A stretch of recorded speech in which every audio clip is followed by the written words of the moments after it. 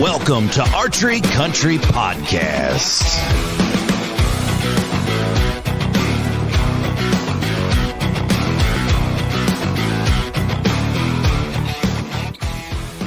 Welcome back to Archery Country Podcast. This is your host, Wade, as I'm sitting with Dan Block here in the Rogers studio.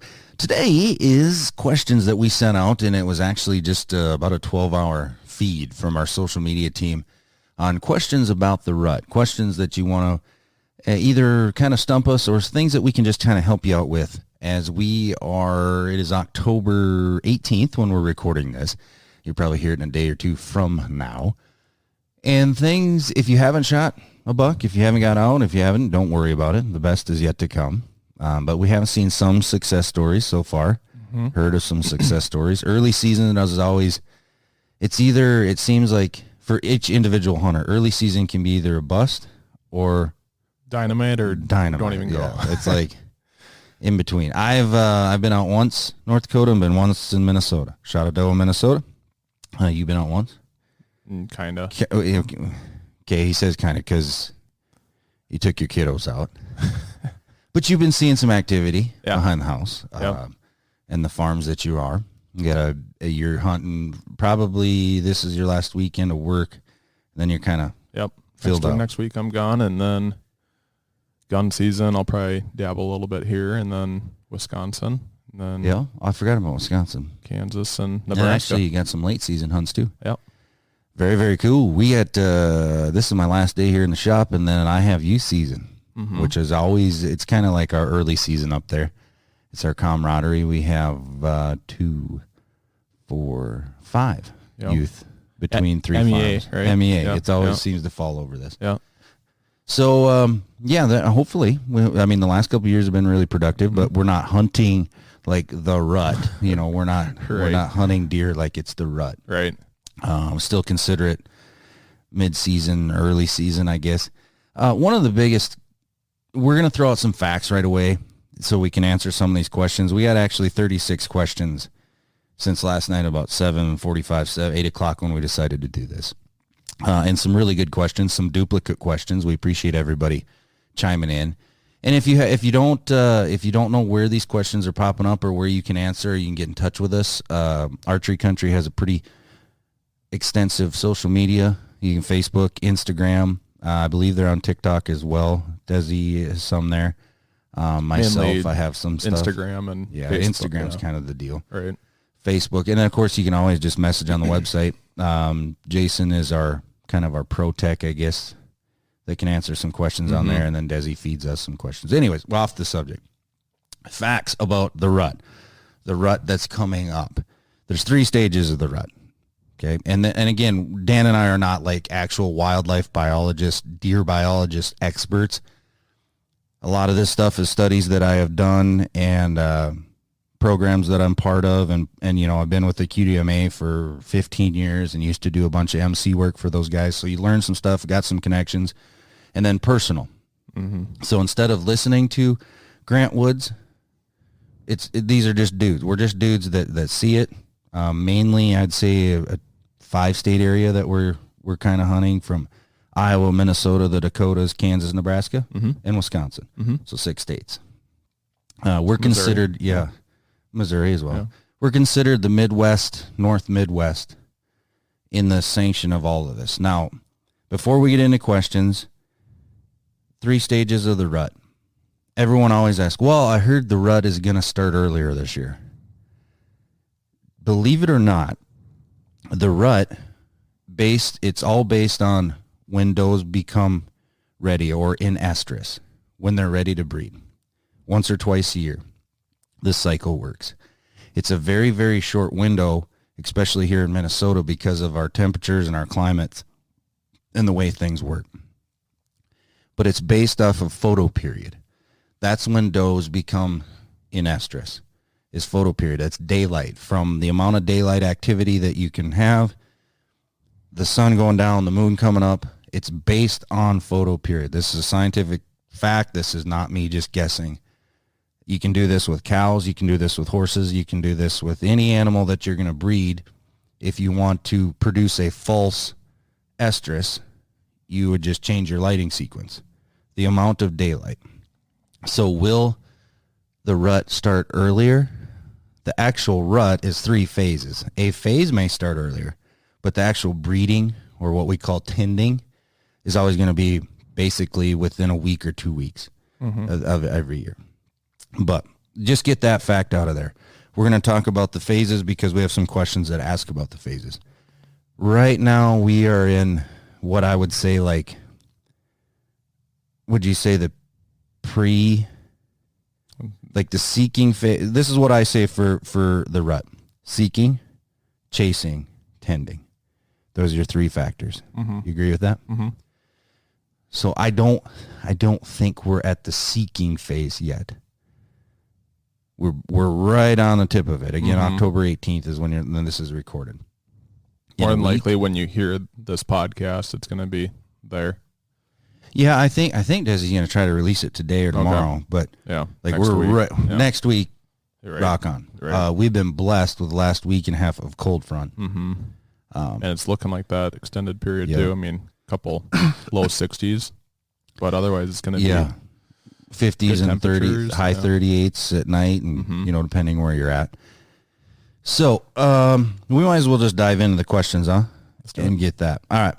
Here's the first question, and I won't read any names on this, but again, we appreciate everybody. This is from Instagram. I hear the rut happening earlier this year. We kind of already answered that a little bit. The rut isn't, the breeding cycle of it is not going to happen any earlier or any later. It's going to be a photo period time. Now, your seeking may increase or decrease on your time, on your calendar, depending on when crops are out, when they're not out. Right now, I would say, and again, agree or disagree with me on that, what I have seen on my cameras and what I've seen in person, I went out last week and the week before that, is we're starting to see scrapes everywhere, starting to see rubs everywhere. The guys are acting like guys. The guys can tell that they always know, again, this photo period, that things are starting to happen to their bodies. They're starting to swell their neck. The testosterone's starting to leave up. So our little unique getting tinkling, a little bit more aggressive. In September and August, we were tinkling the horns together. The bucks were just kind of, Now you see a little bit more aggression.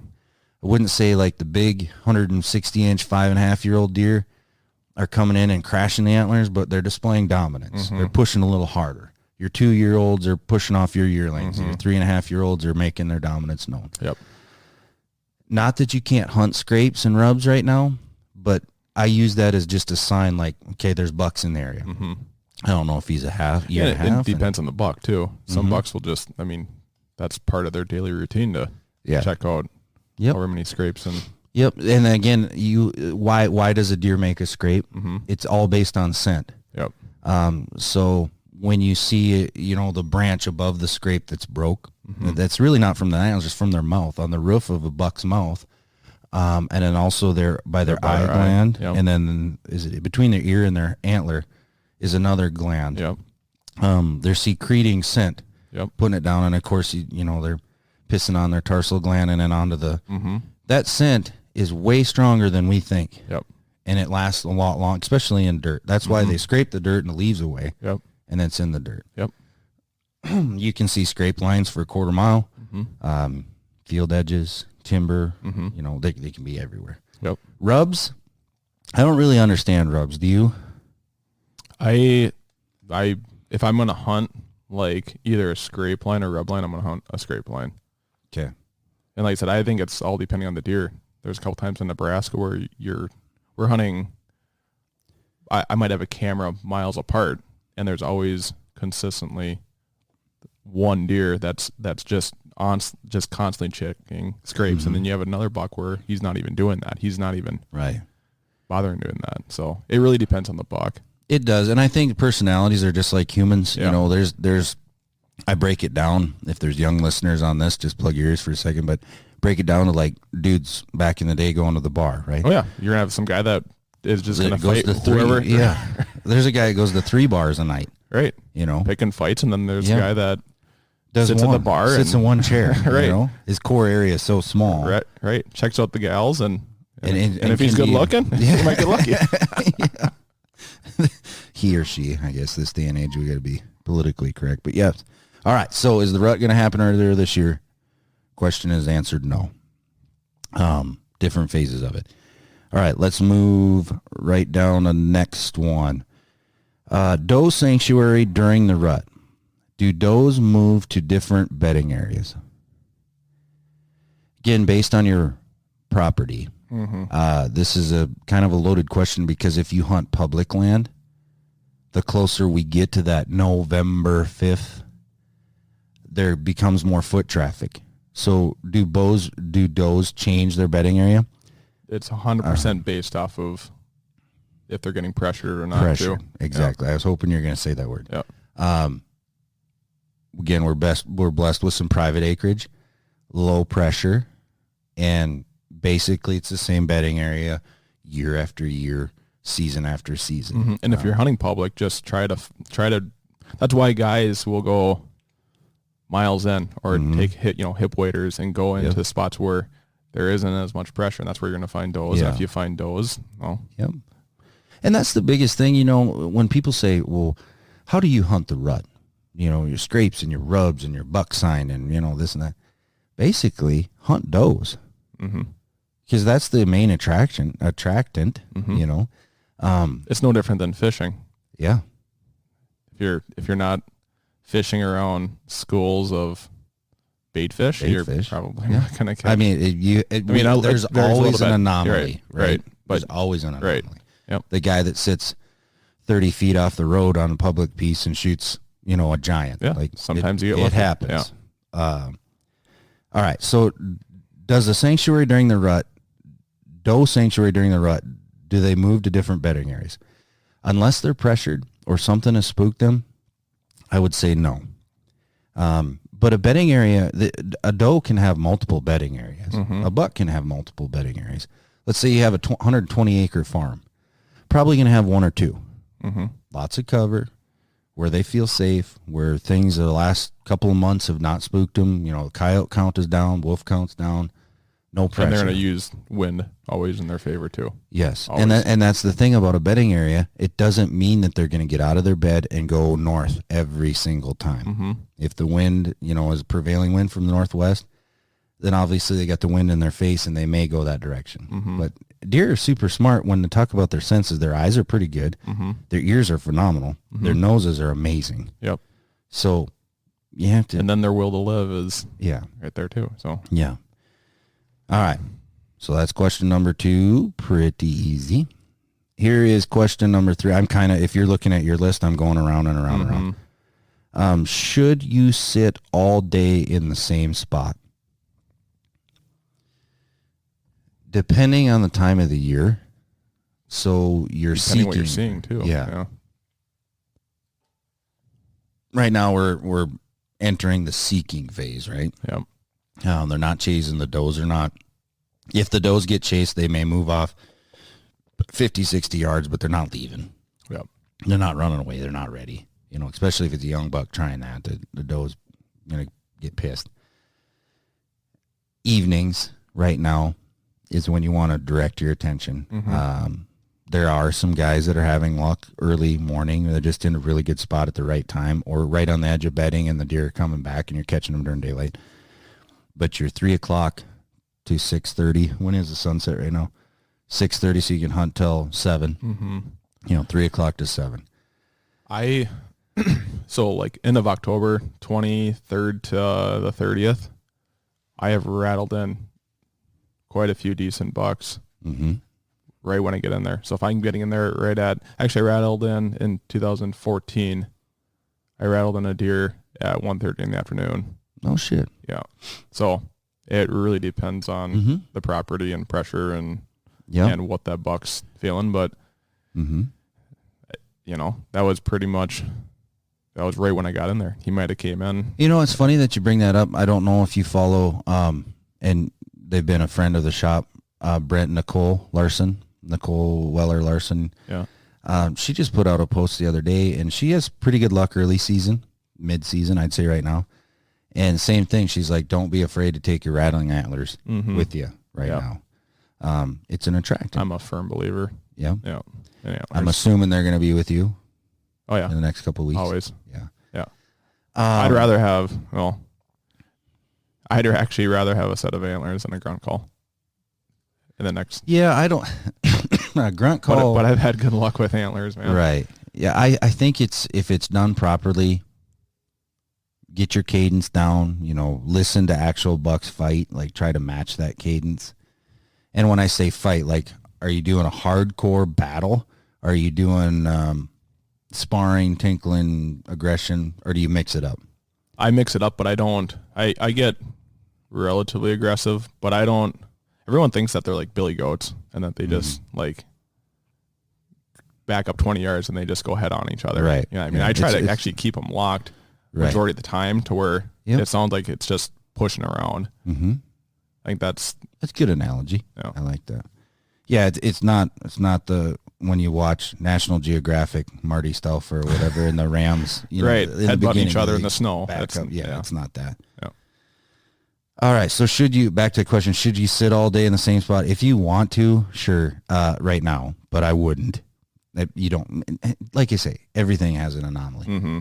As we get to October 27th, 28th, 29th, November 1st. Your schedule provides that you can do it. Yeah. Do it. Get in early and get in quiet. That is one thing that I've had success with, especially in the morning. I know it sucks to sit there for 45 minutes in the dark, but that's 45 minutes that you're not intrusive to deer that are in the food plot. Mm-hmm. And be smart about it. Like, if you know your deer feeding in a cut cornfield, like, don't walk across the cut cornfield and then expect that you're going to see deer at, sunrise. Mm-hmm. Go to where, in the transition period between your food source and your bedding, ridges as we get later into October. And we'll get to that. The chasing phase, like they get a whiff of estrogen maybe. A buck is always going to work the downwind side of the bedding area. Mm-hmm. Every day that changes. You may get a stretch of 4 days with the northwest wind. Where is the buck going to be? On the southeast side of that, so that he can pick up scent without checking every single doe. He can find that scent. They can smell a long ways. Mm-hmm. He could be 50 to 100 yards off of the bedding area. Mm-hmm. Find that spot, a spot you can see. Yep. And then don't get me wrong, deer, some of the thickest, nastiest crap in the world where you can't see, and all of a sudden they're there. Mm-hmm. So from now until October 27th, I'm not going to sit all day. Mm-hmm. Me. From the 27th to November 10th, if I get the opportunity and the day allows, I'll be there all day. Mm-hmm. Especially from Halloween till after gun season. Yep. Okay. Next question. Let's go down. Is it smarter to hunt over fresh sign, scrape/rubs, or over the trails leading to and from? That's a great question. Is it smarter to hunt over fresh sign, scrapes, and rubs? So right now in 2023, most of us have cell cameras. Instant gratification of when that deer is there within 4 or 5 minutes of that picture being taken. All of my scrapes, and I can even, some of the pictures I'll give to Desi to post from 8:30 p.m. until that's all 5 a.m. Yeah. That's where my scrapes are getting hit. Same with me. Yeah. I have as of right now, -1 was just a random walking the trail, not making a scrape. I've only had one target buck daylight in October, and that was 2 days ago. Yep. Just a random accidental. Everything, every night, I get up at 5:30, 6 o'clock in the morning, not to get up, but because I'm checking trail camera photos. Mm-hmm. So hunting scrapes at this time of the year, I'm not really. I mean, I might be. Yeah, if you got one coming in, he's checking it out half hour before dark. Yeah. Oh yeah. Absolutely. But otherwise, from what I've seen, is everything's all. Has trail cameras changed the way that you hunt the rut? Yeah. Has it? Yeah. So we go around and around, my brother and I, and he's had some pretty good luck, Kyle. Mm-hmm. And a lot of his animals have been shot from October 25th until November 15th. Yep. Again, because of vacation and timing. That's when his probability is better chances of shooting one, and that's why he shoots more of them then. But he is turned into, and I cannot disagree with him, is he says, you know what, cameras are cool. We all get the opportunity to see what's there. He says, but I'm not going to base my hunt off a camera. I'm going to base my hunt off of knowledge and luck. So that's pretty good, you know. Like, I think it's just a tool that you should, if you have one, use it. Absolutely. Perfect example is our boss a couple years ago. I don't even know when that was. That buck he shot on opener. There's one reason he knew that to be there at that time. Yep. Because of a trail camera. It's a tool. Does your scouting for you, right. I say. Yeah. But, you know, it influences my, when I'm going to hunt, I guess, but it doesn't, like during the rut, I kind of go when I can. Yeah. All right. So is it smarter to hunt over fresh sign and scrapes and rubs? This time of year, I'm going to hunt that transition, the trails leading to and from. If I have him on trail camera at 7:15, I know that 20 minutes prior to that, he's somewhere. Yeah. He's getting to that location. Now, can I get closer to him without disturbing the bedding? Then I'll Depends try on the that. buck. Yeah. And that's where a saddle comes in awesome. Like, get in there and get to him. Right. But we all want that picturesque field edge, deer coming out, walking across the field, standing there at 25 yards. Like, you know, that happens Quartering away. Yeah, right. So I'm not going to hunt fresh sign as of right now. I'm going to use it as inventory. And then I'm going to hunt the trails leading to and from, or I'm going to hunt the food source and just get lucky. Right. All right. This kind of leads into the next question. If your cameras are dead right now, should I anticipate new bucks showing up in the rut? Absolutely. You're going to have new bucks, again, pressure, but you're going to have new bucks weekly, I would say, not every day. You take one of the boss dogs out of the herd, or somebody does, there's going to be some new campaigners in. That's just the way it works. That's the way it works in life. You got to replace, you know, the boss. Yep. If your cameras are dead, so I know this is kind of turned into a trail camera segment of this podcast, but if you're going to do trail cameras, and there's a lot of studies out there, I read one 2 years ago. They actually hired a surveillance team that does like big, huge events like the Super Bowl and airport security and surveillance and cameras where people are monitoring 24/7. And they took that team, a university out of Kentucky, and they said, all right, we have a 55-acre parcel. We want to survey this, not your common blue-collar camera purchaser, but we're going to survey this. You know how many cameras they said they needed on 55 acres? 38. Most of us are running 4. Right. Yeah, so, if that. Yeah. Yeah. I mean, cameras aren't going to they take pictures of a zone 25 yards deep and right. You look at 15 certain feet pieces wide, of property where it's like every 50 yards there's another deer trail. So especially in the tamarack and the slough ground and right. you know, that. Tons of bedding and then going into what beans or corn. So if your cameras are dead right now, where I'm going with this is you probably have them in the wrong spot, or you just have to be patient. My cameras are not in the same spot from start to finish. There is one, but 3 times a year I'm moving those cameras. Right now. Or if you can always try time lapse depending on what kind of food they're hitting. Yep. And then you can see, okay, he's coming out 125 yards roughly at this trail. That's a great thing to say. A lot of people don't understand the time lapse on your camera. You know, we use it. They on don't our even realize phone. that they have it. Yeah, right. That's basically triggering, and it says on. Take a video or take every pictures. minute it's taking a picture. Yep, and it doesn't need to be triggered. It's just like a doe walking gonna... by. You're just okay. Here's a pretty good little spot that I think deer are going to be, and I'm going to take picture every minute for an hour. Yep. You know, you can get a pretty good idea of what's going on. Mm-hmm. Most of your cameras have it nowadays. Yep. Most. Yeah, no, I didn't even think of that, and that's phenomenal. Like I say, as I change mine 3 times a year, right now I have a majority of our cameras over scrapes, and they are active. Does, young bucks, more does, bucks. And people are like, well, what do you mean does over a scrape? Does will check them out. I'll show you pictures right now. Mm-hmm. Every night they're checking them out. Why? Curious scent. You know, we have the whole day gropes. That's how we do it in the early season. You know, getting the scent there. Getting some shooter bucks, making scrapes again, but it's all dark. I don't have any daylight yet. Yep.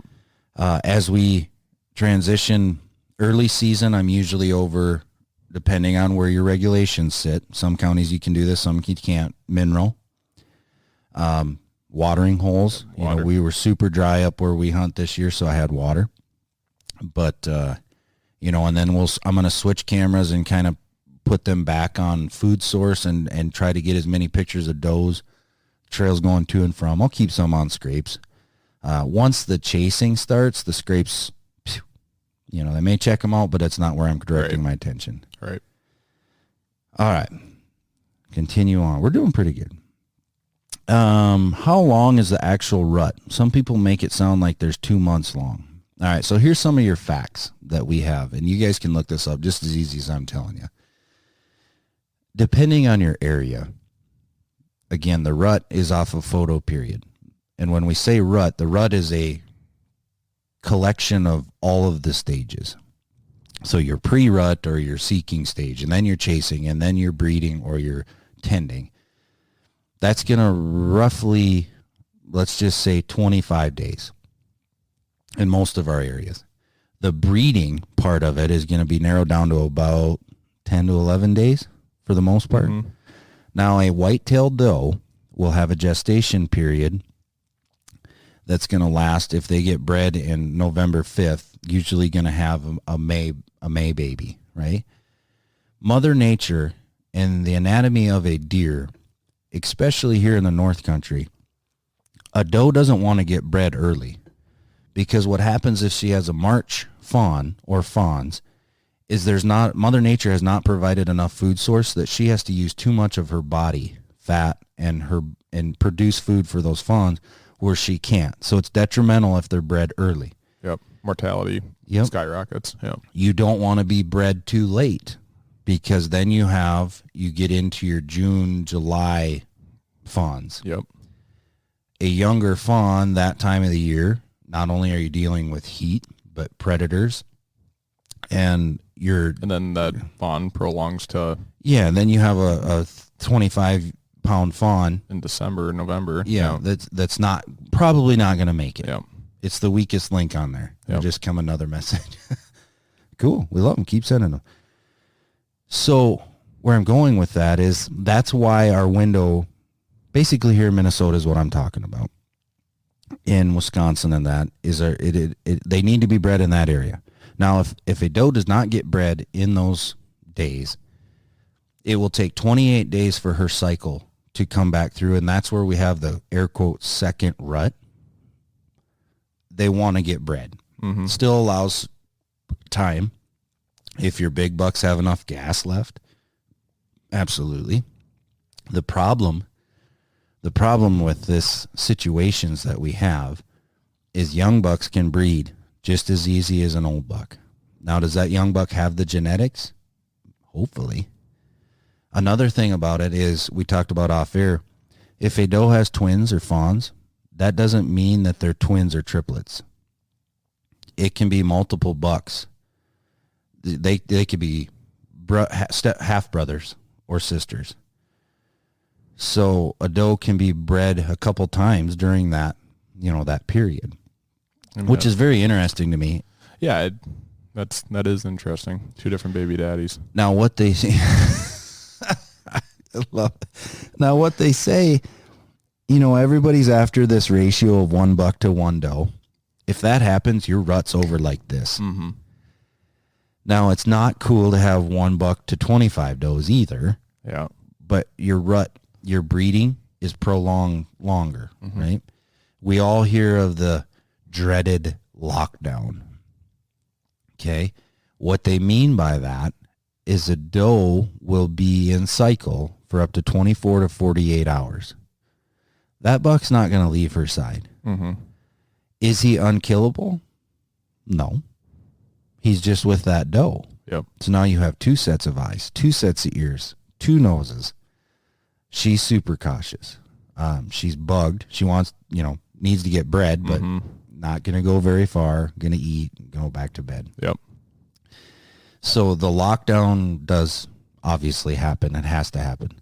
The problem is if you have one shooter buck or one, let's just say you have 3 bucks and 35 does. That's 35 times that 24 to 48 hour period. Mm-hmm. So there's a lot of lockdown. Mm-hmm. Do you believe in the October lull right now? That people, oh my God, the October lull. I think people just say that because it's just a decrease in deer movement that they're seeing on their cameras. I mean, it's just... Yeah. I don't believe in the October lull. I think you just need to hunt the right areas at the right time. Yeah, exactly. So it's all depending on the property. We hunt private acreage. Again, I don't care, but you and I have gone back and forth on this private and public deal. If all you can hunt is public, best of luck. Is extremely hard. It's twice as hard as private ground. I've changed my beliefs over the years. Thank you. Here's for an example. Last Wednesday, we had 100 acres of row crop corn. Now, Brett had chopped that's my younger brother, probably chopped 20 acres of that early in September. Doesn't do anything. When you chop corn, there's nothing left. It's just bare ground. But we combined corn last Wednesday. I can show you, and I will because you're sitting here. I'll show you pictures of we put it over the combine corn. There's 35 deer feeding. So where I'm going with that is it's October lull. It's a food source. It's easier to get the food. Getting corn off a corn stalk or hunting corn stalks that are standing, it sucks.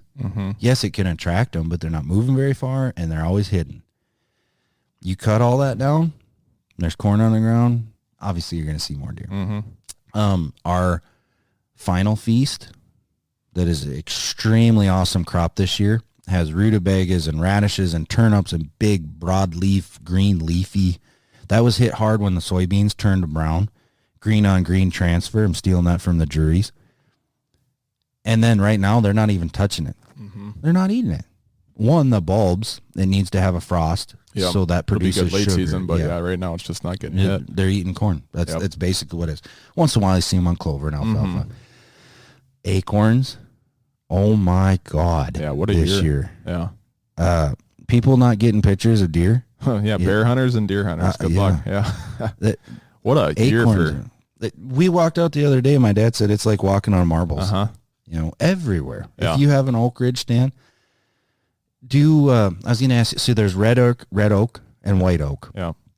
Do you notice a difference? Like, is acorn an acorn to them? I don't know. I'm not an arborist. I don't know. Look at you with all these big words today. I like that. I don't think it matters, or maybe red oaks hold on to their acorns later. They're smaller. That's a good question.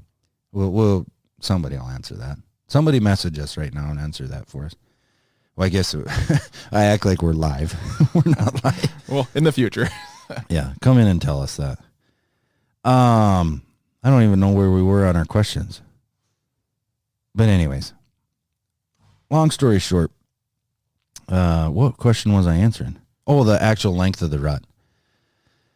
So the rut, R-U-T, that's a common name for what's happening from now, October 20th to November 20th. That's a month of, it's going to last a month. Now you go down to Texas, the rut is later. Again, we say, okay, well, it's off a photo period. Why are there days longer in there? Think about the equator and the sun and the daylight. That works. Go down to Florida, that's later. Our rut, I would say, is pretty much over by muzzleloader season. I would say, besides the second rut. Yep. A doe that's a yearling doe, she has to weigh 70 to 80 pounds for her female parts to work, for her to become susceptible to breeding. Yep. So then again, if you have a late fawn crop, might not have that. It'll be too cold or things aren't going to work real good. Right. We've had moderate temperatures this year so far, so things are looking good. I don't know what's coming up in November, but it's not looking like there's, it's tough to say. Right. I'd say for the next 12-day forecast, it's going to be okay. It's going to be nice, yeah. But they have to, that could be your second rut, is a lot of those fawns are now working. Mm-hmm. So how long does the rut? Some people say it takes 2 months. I'm going to narrow it down and say it takes a month here. Yeah. Again, has everything to do with how many deer you have, how many bucks you have, pressure, not pressure. Doe to buck ratio. Yeah. Yep. All right, I'm going to go to different social here and get you that. Okay. All calls, grunt tubes, rattling, or do you just sit silently? What do you do? So we kind of already answered this just a little bit.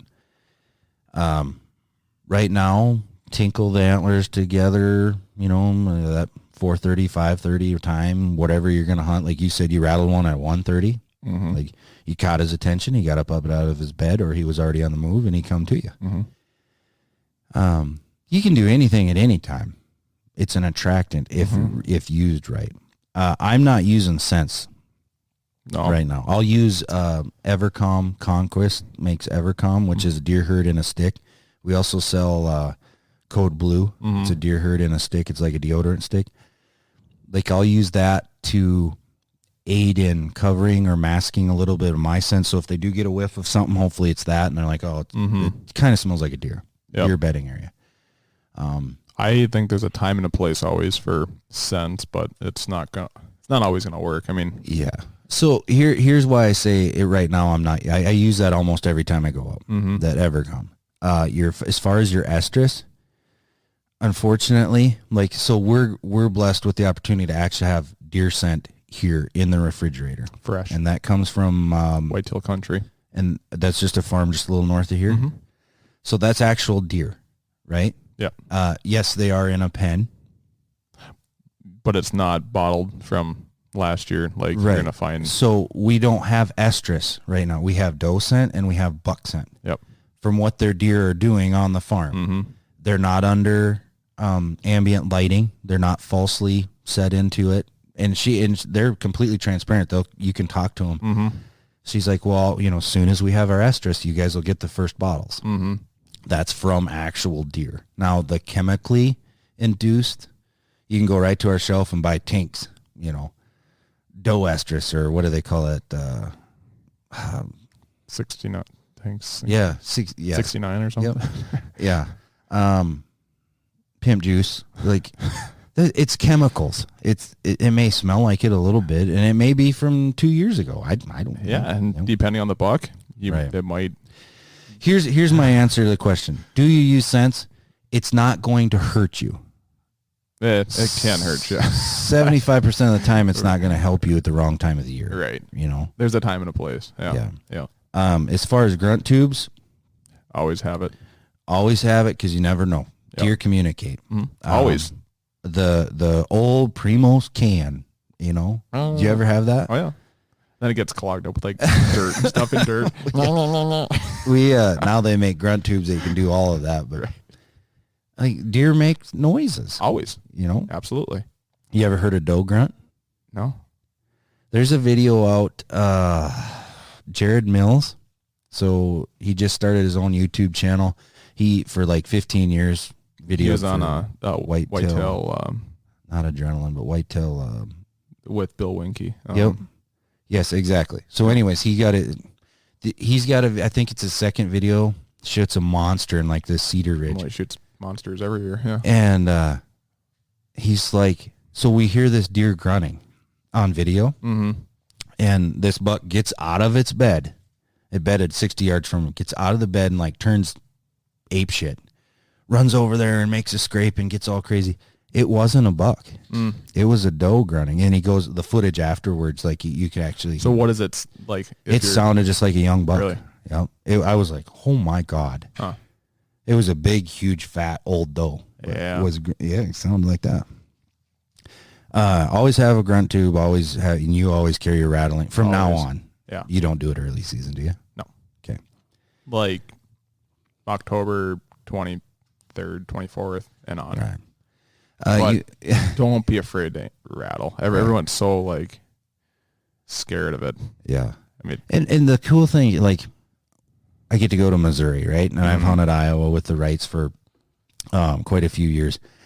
it's a whole different ball game. Kansas, Nebraska, Iowa, Missouri. When you have more bucks and you rattle one sequence and you got 5, Yep. one shooter and a bunch of dinks, and you're like, and then a guy will do the same thing and beat them all horns together. And it's so dependent on the property. It's like a broken record. I keep saying that, but yeah, I got a spot west of here where there's some years where it's just insane. Yeah. Really depends on the property. You remember the old show Buckmasters? Oh yeah. With the puppets? Remember when they had the puppets and I don't know what you're into. No, like the redneck, they look like Sesame Street puppets. Yeah, okay. I don't remember the name. One of them was Bubba or whatever. And they're talking about rattling. And the Bubba, he goes in the back room and he drum set. And he's like, this is how you rattle big bucks. Boom, boom, boom, boom. Don't do that. But I've had one really cool success story with wide load on rattling. I wasn't even calling to him visually. Yep. Like I didn't even know he was behind me. Mm-hmm. Yes, I rattled him in and grunt, but I was not calling to him. It just so happened it worked out. Yeah. All right. Scent use, we did that. Cameras were dead right now. Some more questions here. We're almost getting them taken care of. Here, we'll read this one. What's your favorite candy bar to eat in the stand? Oh, yeah. I'm more of a Snickers kind of guy. Are you? Almond Joy. That's always good. Yep, Almond Joy is good. Twix. Mm-hmm. I like Twix. It's hard to beat a cold Snickers. I agree. Reese's are pretty good, too. M&M's. M&M's, they're peanut hard M&Ms. when they're cold. I know. That's what I like about it. That's good. That's good. What else? All righty. Favorite dates to hunt in November. Do they have a special meaning to you and why? I'm gonna say October 28th. It's not November, but yeah. Here's the thing. The only thing that I hate about this state. I'm not really a big gun hunter. Well, yeah, but I'm not really a big gun hunter. But I'm growing, I'm maturing because I'm not going to get away from it. Our gun season is at the wrong time of the year, I believe. Mm-hmm. Yes, it opens opportunities for your dudes that are just weekend hunters and they've been doing the same thing with the same buddies and the same family for 20 plus years. Like, I understand it. I get it. There's a camaraderie. Mm-hmm. There's a lot of big deer that are shot with guns in Minnesota because it falls right in that chasing. Now, a lot of people say they don't even get a chance. I mean, it's smack dab right when they're the most what's the word I'm looking susceptible? For? Yeah, right. Yeah. To getting killed. I mean, people say, well, deer get dumb. Big bucks get dumb. They're just thinking differently. They're thinking with something else in their head. I mean, it's natural. Yeah. You get stupid. Yeah. That's the way guys are. Yeah. Some of us are stupid all the time. It's just like, yes, it makes them more susceptible. The variables and your chances of success are higher. Right. So to answer the question correctly, favorite dates to hunt in November, the week prior to gun season. Mm-hmm. I've always loved the 29th, the 30th, and the 31st of October. Like, it just seems to happen. And they might not even be doing anything, but they're up on their feet, right? The seeking stage is kind of winding down, and now we're getting into the chasing stage. They get up earlier. They stay up later. I think it's funny how we used to have a past employee that worked here where he always had to have Halloween off. Like, it was like just this magical day. Mm-hmm. He's like, well, I killed all my big deer on Halloween. Well, it's because you just always took off Halloween. That's why you're killing them. Like, that was the day you're in. I think any day you can be out in the woods from end of October until, like you said, gun season, if we're talking Minnesota. Yeah. Any of those days might be your favorite day. And don't get me wrong, this is how out of sorts I am with gun season. I'm in Unit 213, right? Mm-hmm. So like the Douglas County area. Yeah. It used to be like it started on Saturday morning and then it ran until the following Sunday. Mm-hmm. I don't know Is there some spots where it's like Saturday, 3. Sunday, and then it breaks? No. Or, so it's constant that Yep. week? It's always 9 days or another. There's some areas, at least I'm pretty sure, where They it go goes longer? 3. Yeah. Okay. Which is almost to muzzleloading season. It goes to muzzleloading, yeah. All right. What's Wisconsin like? Wisconsin's always 2 weekends after our opener. And I think that's the reason why, I could be wrong, but I believe that's the reason why Minnesota pushes it so early, is because it's always 2 weekends prior to Wisconsin's opener. I Gotcha. think they totally plan on that. And We then got South in- Dakota is always right in the middle.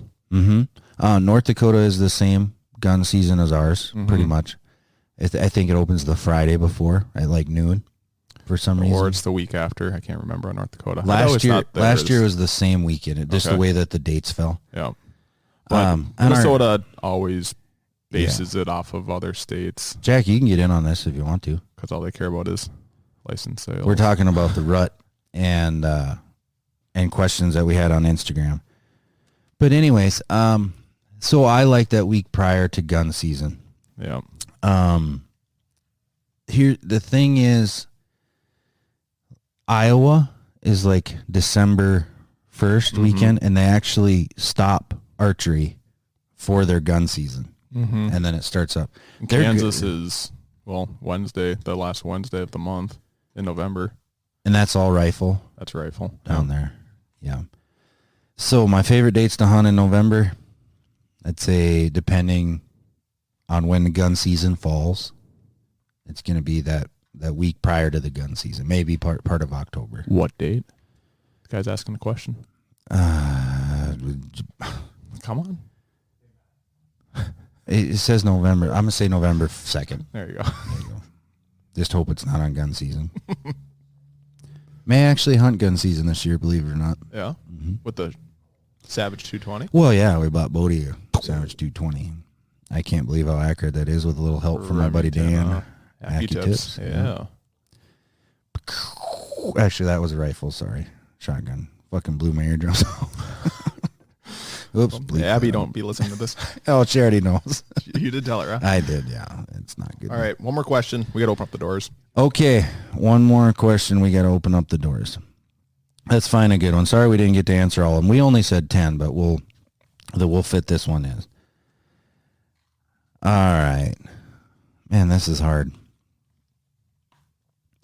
Do you change your equipment?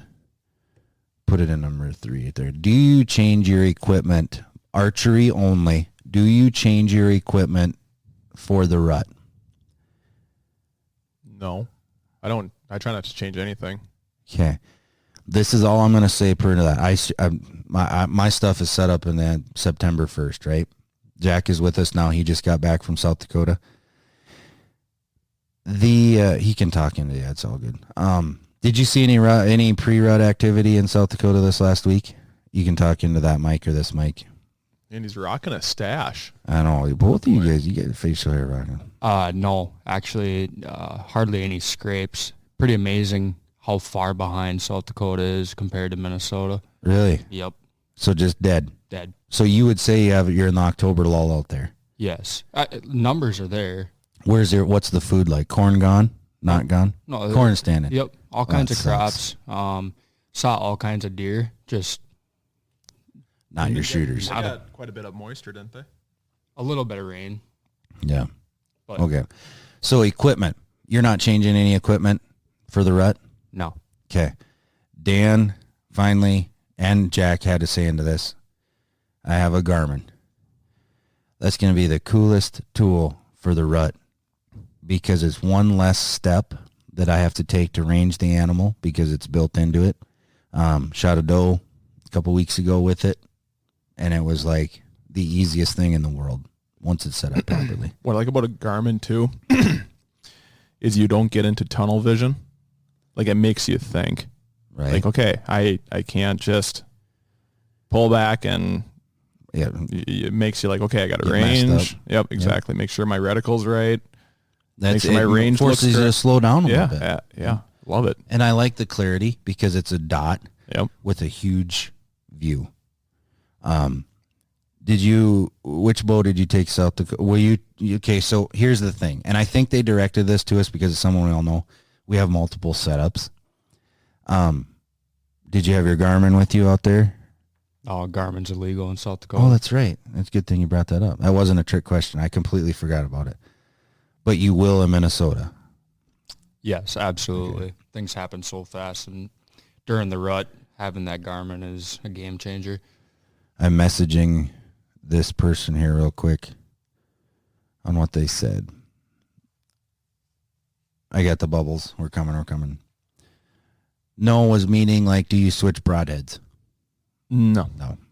You should have this figured out. Yeah. I don't know if they're pertaining to like if they're gonna hunt thick cover or. I use the same broadhead. I don't shoot into it. If there's something, if it's a wicker basket in front of the animal I'm shooting, I don't shoot. So I don't need a fixed blade to get through grass. Right. Does that make sense? Yep. But I think this answers a couple questions. We got some facts out there. We said only 10. Yeah. But and if you have any more questions, I wouldn't mind doing another one of these. Maybe early November, and we could see. We all have like. And if we're wrong, if somebody's like, you know what, I actually have a different idea on how this all works, message us and let's chat about it. Yeah, absolutely. We can even have them on if it's reliable. Right. Like you say, is we're not whitetail experts, but we are very knowledgeable. Yep. And then we have connections, pulling sources. Most of the stuff I read off to you is factual. Yep. As far as timing and gestation and all that fun stuff. When it all comes down to it, hunt when you can hunt hard, be aggressive when you need to be aggressive, and be subtle when you need to be subtle. And watch the wind. Play the wind. That's the biggest part. And buy lots of dopey end of the month. And Garmin's. Yeah. All right. I appreciate everybody listening. We'll talk to you. We just put it on the calendar. We're going to do this like second week in November. Yeah. When we all get back here for a couple of days. So I'll have Jack, Keith on. We'll have it. Maybe we'll bring some other guys from other shops. On behalf of Archery Country, we appreciate everybody. We'll see you on down the road.